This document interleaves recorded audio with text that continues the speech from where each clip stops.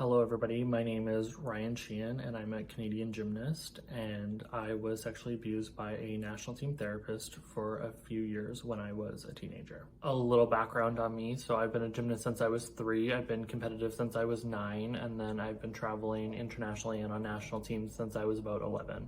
I would also just like to issue a trigger warning here. There are going to be some upsetting details, so I tell the story of what happened, and then I'm going to tell the story of kind of the fallout from that. When I was 15 and at a competition, when I wasn't on the national team, he offered to treat me. And when finishing that treatment, he told me that I needed to take care of myself, and that the next time that he saw me, he would want my legs, armpits, and asshole to be shaved. Another incident was the following year at the Canadian Championships when he offered to treat me again. And instead of taking me to the medical tent that was in view to everybody in the gymnasium, he took me down a hallway into a back storage room that had just a massage table in the back corner with nothing on it. And he told me to take off my shirt so we could treat my shoulder. And then he proceeded to pull my pants down and my underwear and my gym suit and treated me being completely exposed the entire time. Nobody knew that I was there. I've never had somebody pull my pants down, especially not as a minor, and especially not in a back room by myself. So I kind of just froze and went through with it, and I didn't know what to do.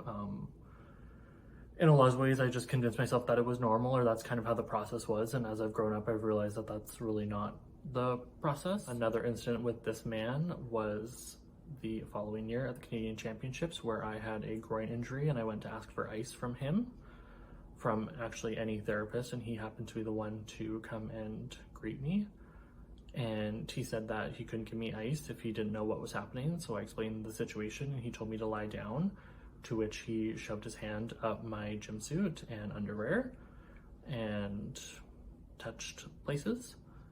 And then he said to me verbatim, "Move your dick or I can move it for you," in a gymnasium full of people.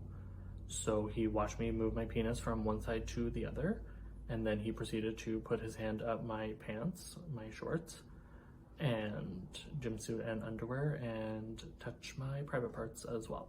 And one more note about this man: he was a therapist, he was a national team therapist, but he was also an international judge. So there were several events where he would talk to my friends asking about my sexuality. There were many times where he would say how good we looked, or how good some of my male teammates looked, or whatever it was, on different occasions. But I think it's important to note that the power dynamic between him being a therapist and him also being a judge was different. In 2019, I told my coach about what had happened. We were discussing different things, and I kind of gave some details of what had happened. She immediately reported it to the safe sport manager at Gymnastics Canada. They went back and forth for a while, and then we were told that since he didn't work for GymCan anymore, that we would have to report it to his professional college, but they never told us what college that was. The safe sport manager at the time went and spoke to Ian Moss, who was and is the CEO of GymCan, and to confirm with him that that was the right move. So he was aware of that in 2019. For about the next year, we spent trying to figure out what he actually was. So we didn't know. My assumption was that he was a physiotherapist. Through my coach and my sports psychologist, we figured out that he was actually an athletic therapist, not a physiotherapist, and that he was also a doping control officer. So he worked for the Canadian Centre of Ethics in Sport. In January of 2020, I submit my story to CATA, which is Canadian Athletic Therapy Association, and CCS, the Canadian Centre of Ethics in Sport, detailing these different experiences with him. And CATA responds with a formal letter saying that he hasn't been a registered athletic therapist since 2001. With that information, we weren't entirely sure what to do. CCS went back and forth a few times, and they ended up asking Gymnastics Canada what the results of their investigation was, to which GymCan said that they hadn't done one, and that one would be opened now. So in May of 2020, I had my first interview with Dr. Gretchen Kerr, who was the harassment officer at Gymnastics Canada, and I believe she still is. And she's also the Dean of Athlete Maltreatment at the University of Toronto. So we met in May and I explained it, and she asked for any other names and stuff that I had, so I submitted a few, and then I didn't hear from her. I followed up in September, but I didn't hear anything until March of 2021. In March of 2021, Gretchen Kerr emails me and asks for a call. On the call, she tells me that 4 other people had come forward independently with similar allegations to mine, and that she had finalized her report and sent it to Gymnastics Canada, and they said that we now had to report him to the Massage College of Ontario because he was a registered massage therapist. So I and 4 others reported to the Massage College, including Gretchen Kerr, March of 2021, and in June and July of 2021, I emailed CCS Gretchen Kerr, the state sport manager at GymCan, and asked why this man wasn't at least under suspension from Gymnastics Canada.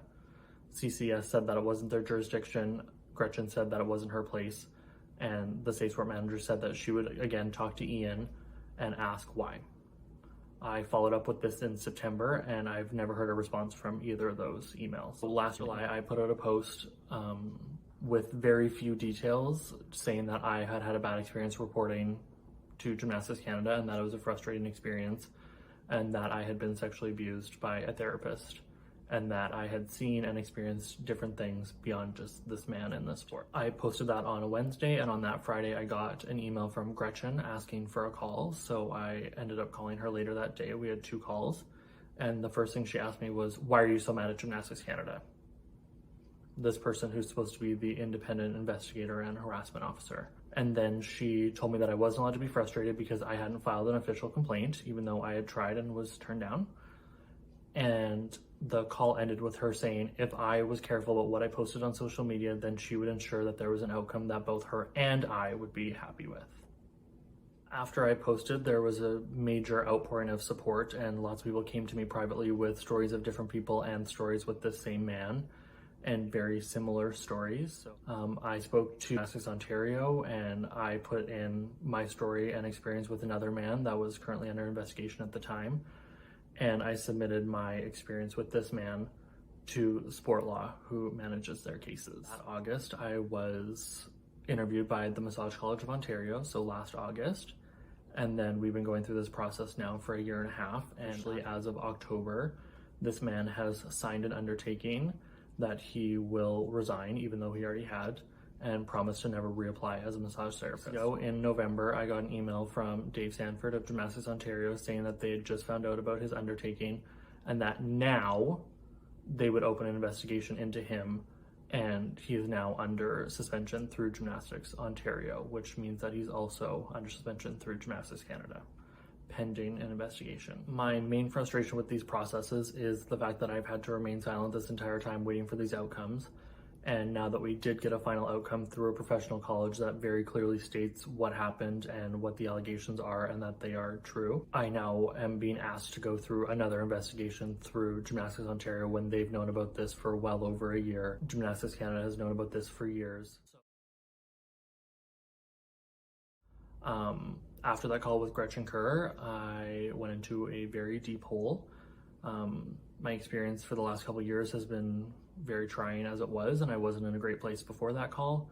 And after that call, it really set me into a spiral. I think why it hit me so hard was there was always some hope that there was a miscommunication somewhere, or that once everybody found out that they would do something, but I just had a realization that nobody that is in a position to protect kids or protect any of us was willing to do anything, and that this whole process was there to keep me silent more than anything. I think it's important to realize, especially in gymnastics, that this is a child sport and that the majority of the people that participate in the sport are children. And the narrative has always been it's little girls being abused by their coaches. And I hate to say it, but there is a much larger systemic problem on our hands right now. There is a very large faction of people that are not young girls that are survivors of the sport. And there are a large faction of enablers and abusers that are not just coaches. The part that I find the hardest to process and accept is that there are so many people that are paid to protect us and say they're there to protect us. And all these processes and policies that all these national sport organizations pay for to protect athletes.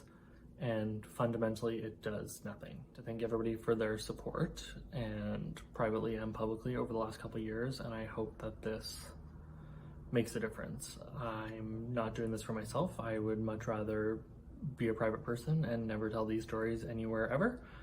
But I think the time is now, and I think it's important to tell, and I hope this brings more people forward.